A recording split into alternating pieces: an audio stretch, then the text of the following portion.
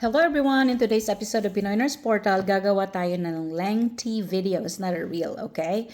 But it's still real. R-E-A-L. Well, anywho, ang pag-uusapan natin ay ang struggles ni Nurse Rebecca nung pagpunta ko sa United States. Okay, ang unang struggle ni Nurse Rebecca is of course the language.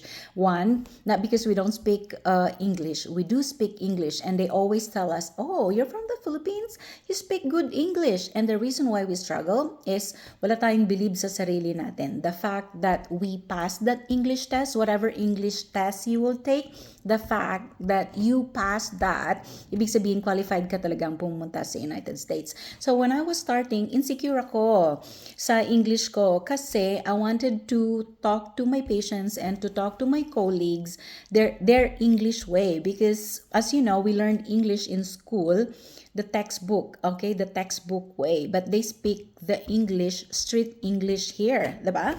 So minsan, okay, this is still a struggle ni Nurse Rebecca.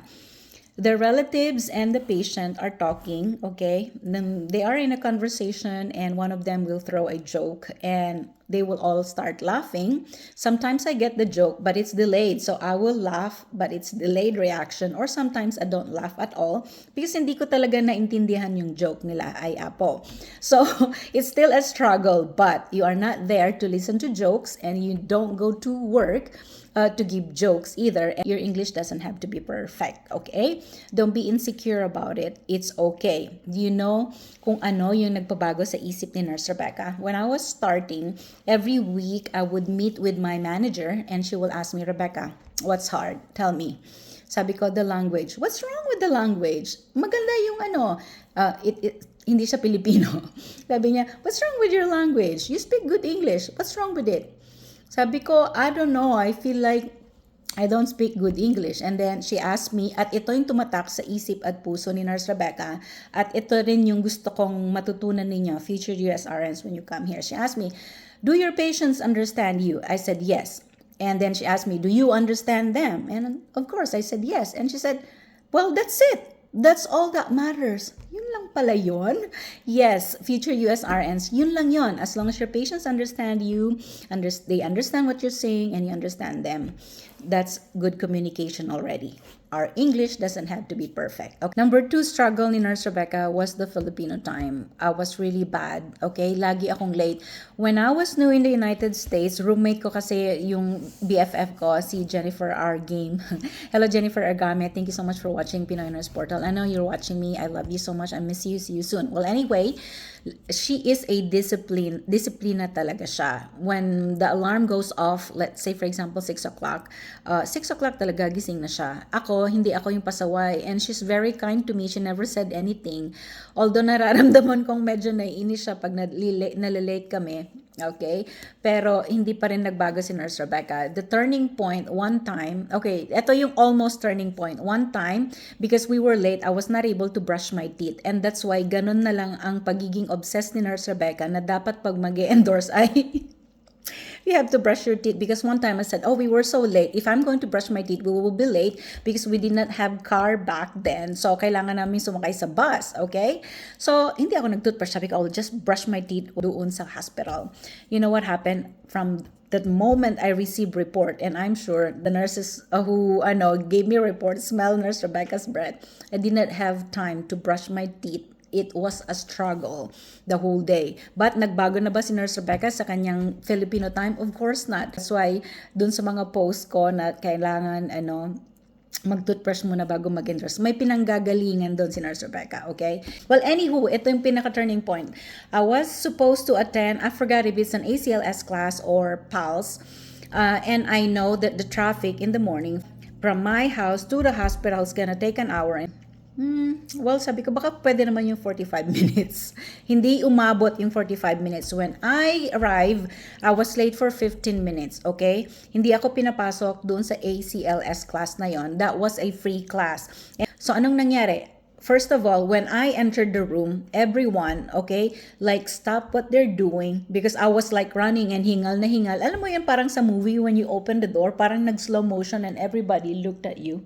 And then the instructor said, I'm sorry, we cannot accommodate you anymore. You're 15 minutes late.